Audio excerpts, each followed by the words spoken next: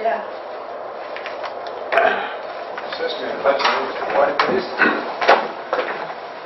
Pledge allegiance to the flag of the United States of America and to the republic for which it stands, one nation, under God, indivisible, with liberty and justice for all. Thank you all. I'd like to recognize the Salem News and WRN. And we'll go around the room with our questions and answers or whatever we can do here. Sean, would you like to? Sean Logan? Sure. Thanks. If I may hand out some Certainly. packet of information regarding the Regional Council of Governments, another political subdivision of the state called Northeast Ohio Public Energy Council. Mr. Mix and I have talked about it a few times, once in person and a couple times on the phone. And this is a natural gas residential aggregation program, similar to electric, but very different from the electric program in a couple different ways. The four highlighted areas is the structure, the pricing, more consumer friendly, and more streamlined for you, the local government. The bottom line is seeking, and I have a copy of an actual resolution drafted approved to form by Andy Beach, Assistant County Prosecutor, ahead of time, so that we didn't have all the townships contacting him to say, is this right? Is this good? So we worked ahead of time, and we handed it out at a Columbia County Township Association Steering Committee meeting back in March. And so I have a copy of that, and Susan, I can get you an electronic copy also. Okay. If there's a time in the future that you wish to act on this. But it is a resolution to put on the ballot as required by Ohio law to do a energy aggregation program. As I said, similar to electric, you have to go to the ballot to seek the voter approval to give you the general authority to negotiate on their behalf a supply agreement. The first item that is different between the electric and this program is, as I mentioned when I handed out the brochures, that this is a regional council of governments. This is cooperative purchasing as to a very large extent. And so they're audited by the state auditor, just like you folks are. You would have a say in the governance of the organization as opposed to a privately held investor utility, such as what is done with the electric program. But you would have a say in it. As a matter of fact, all the entities that decide to join NOPEC would actually get to nominate one person from the different political entities of the county that choose to join NOPEC to represent Columbia County political subdivisions that join NOPEC. And so you would actually have, so Columbia County, the entities that are part of NOPEC would collectively have a seat at the board of directors. And there's also, once a year, there is a general assembly, they call it, where every entity that belongs to it gets to vote on certain items of how the organization is run. So that's the structure. The second is the pricing. They've been around, NOPEC has been around since 2000, so they have a great amount of experience of aggregating and collectively, cooperatively purchasing energy sources, both electric and gas. In this case, we're talking only gas. And so they have developed a level of sophistication and experience that has reflected in a very unique agreement that's been negotiated with its supplier called Next Era Energy, which is a subsidiary of Florida Power and Light. And the significance there is that Florida Power and Light has never generated electricity from coal. They've always used natural gas. So they are the largest purchaser of natural gas in North America. And so we are kind of piggybacking on that buying power that they use for their own production. And then as the 175 some entities that belong to NOPEC's gas program, we're already being able to piggyback on that cooperative purchasing. So in other words, the base of aggregation for cooperative purchasing is already there. You would just be joining to be a part of that process. The third item is the consumer-friendly. Oh, I need to back up. One other really important item under the pricing structure in the agreement with NextEra Energy is that at the end of the 6-year agreement, supply agreement between NextEra and NOPEC, NOPEC is guaranteeing that 75% of the gas will be produced from the Utica. So in the packet there, the second sheet is actually a copy of a plain dealer article calling it possibly the largest Buy Ohio program in the Buy Ohio history. So it is a very unique arrangement in that regards as well.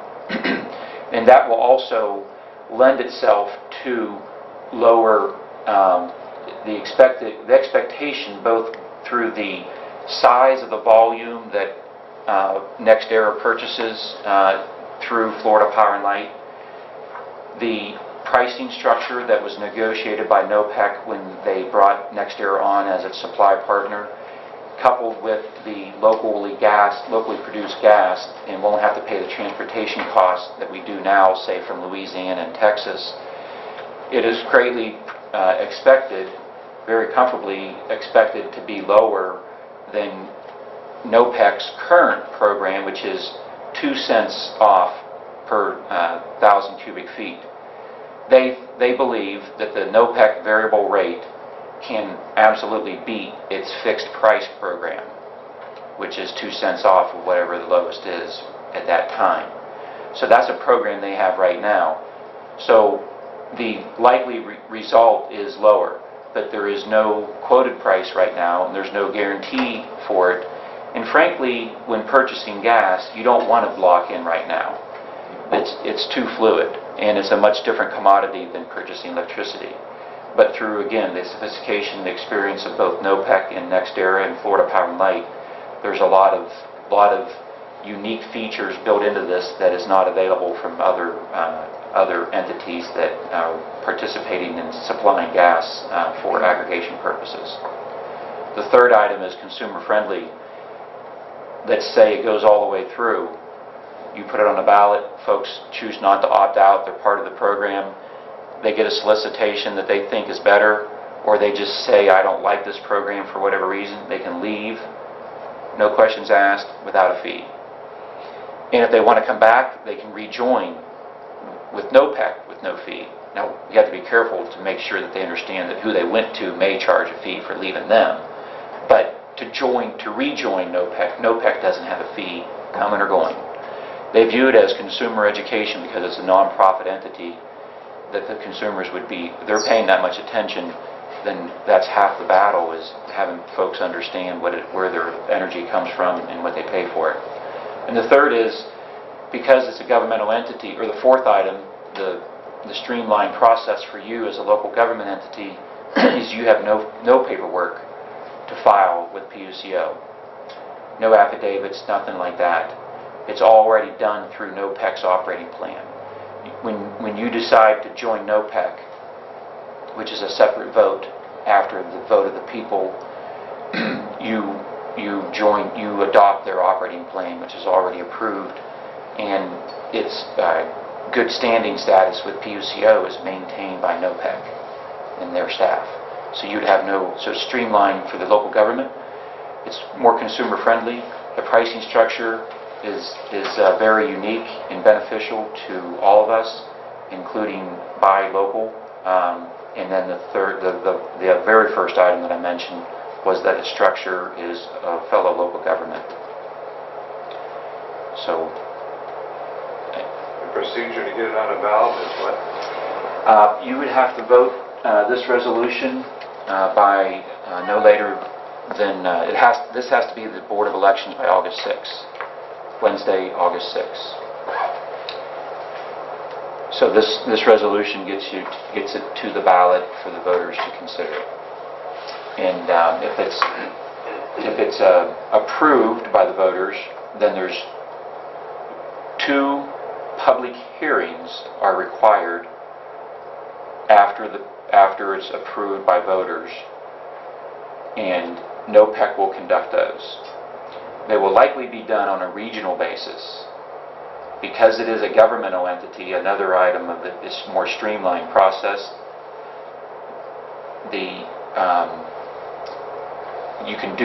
you don't have to have 2 public hearings in each jurisdiction.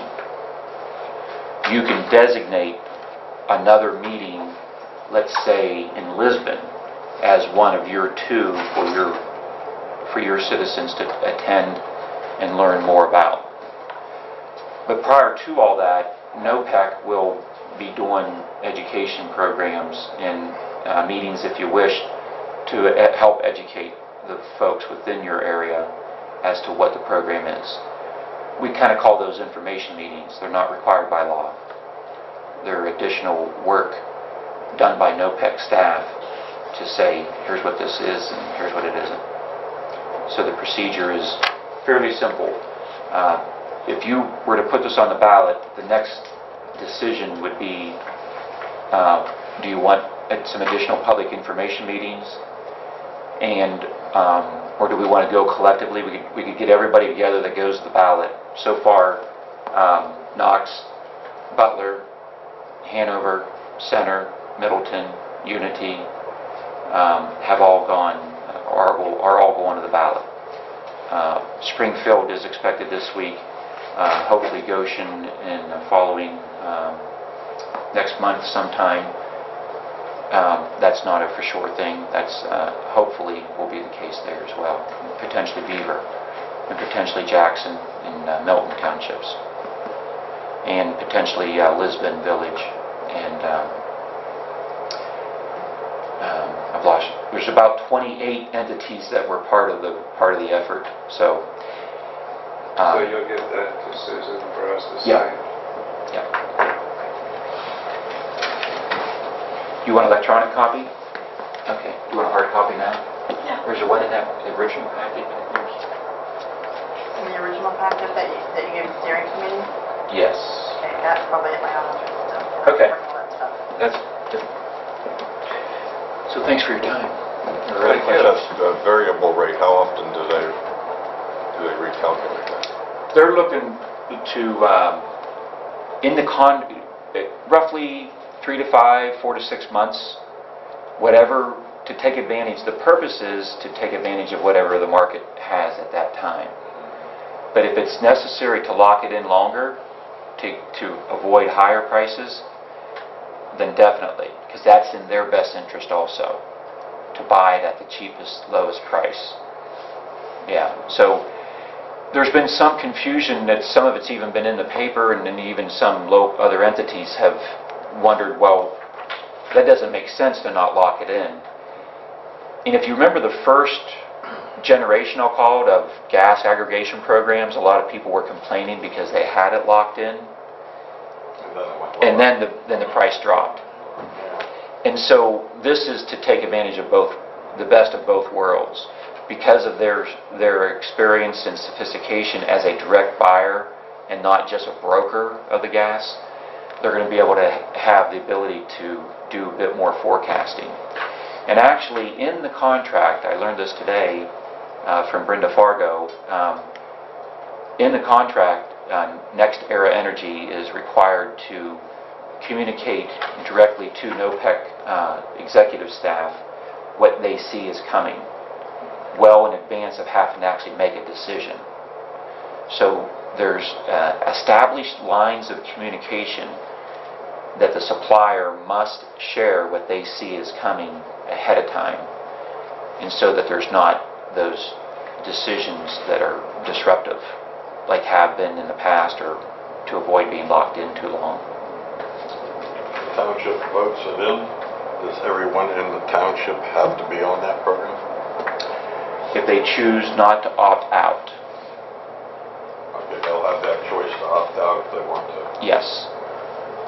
And even if they choose not to opt out and they're in the program for 1 month and they don't like it, they can get out for whatever reason without a fee. Good question. Okay. Any other questions for Sean? Thank you, sir. Okay, thank you for your time. Appreciate it. Mr. Weingart. Yeah, I think most of you know who I am. I'm John Weinreich, Superintendent of Utilities, City of Salem, Ohio. We're in the process of doing some rehabilitation to our water distribution system, and part of that rehabilitation is to replace water line infrastructure on East 12th Street between North Lincoln Avenue and Union Avenue. At the present time, we only have a 2-inch water main and that goes along East 12th Street with no fire hydrants. So this project, if approved by the trustees, will then provide hydrants on the East 12th Street for convenience for fire and so on. What I believe I need, and I think Susan has picked up those today at the office, is the signing of the agreement with the trustees, which basically, do you each have a copy of it? Or I think I've got them right here.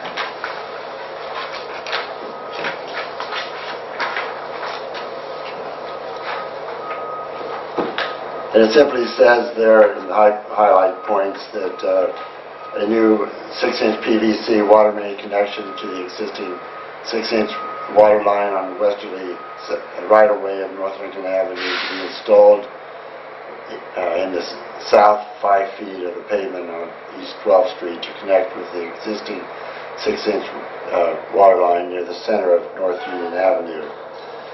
And if you go down to the third bullet point, which you are probably interested in particularly, is the restoration of the ditch line that carries the pipeline and the applying of 2 coats of asphalt on the complete surface of the street. So what the township will gain in this is the complete pavement after we are through. But as far as the customers go on 12th Street, there will be a slight inconvenience, but it will not be an inconvenience that should block anyone from using their driveway for any length of time except maybe the time when the contractor is going past.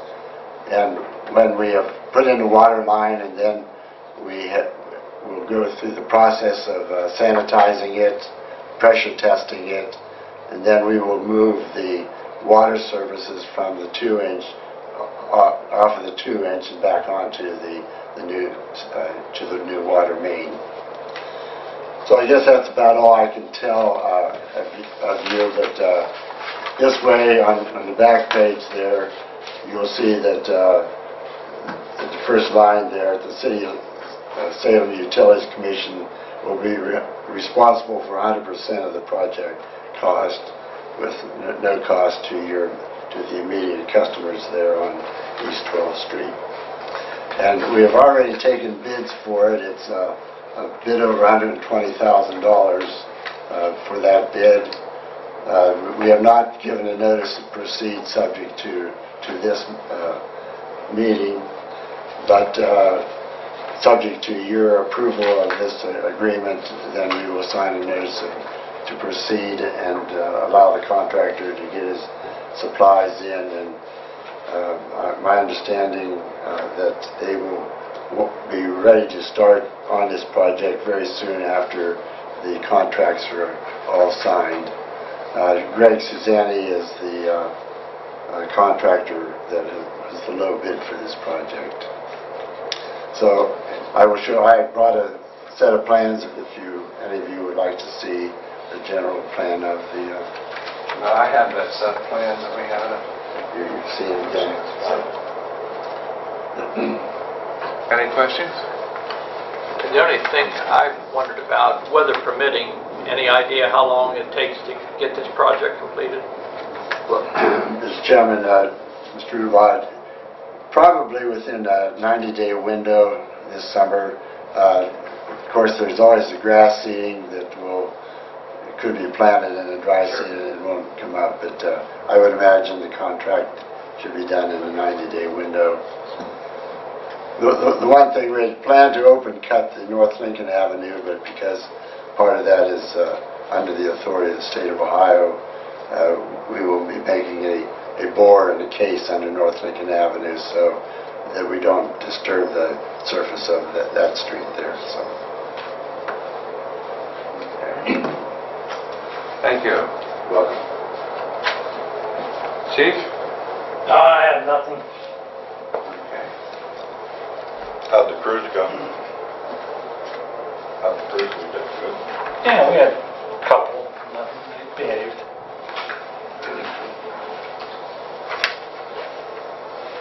I don't know what happened out at the golf or at the drag strip today. I should not hear anything. But we get from point A to point B and we're in the middle of it. It was pretty smooth. That's good. I'm glad that there was no trouble. Is there any other new business we need to discuss at this time? 7 zoning permits for the month of June so far. We have Resolution 1414, the alternative formula for the LGF. We have a motion? So moved.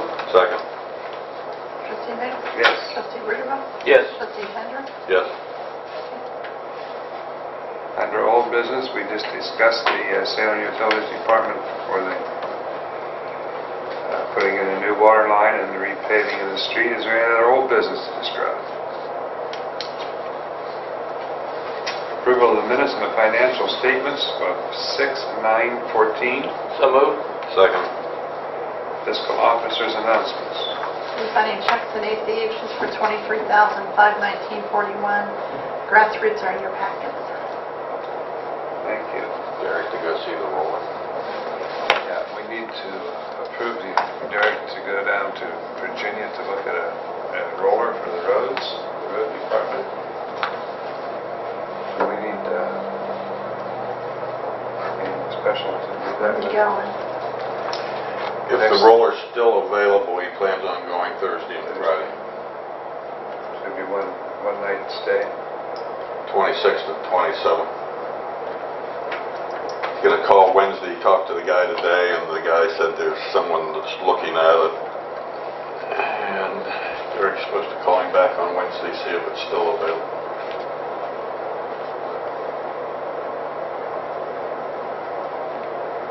Okay, so you're approving one overnight stay, mileage, and meals for one? Meals for one.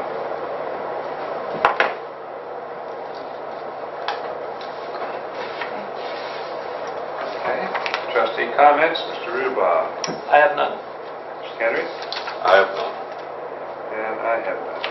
Nothing more to come before this meeting, we are adjourned. Were you going to vote on? Off Street.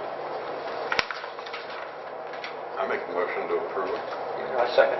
I have no problem with it. Regularly moved and seconded, motion is carried, and we'll sign it and get it out to you. Thank you.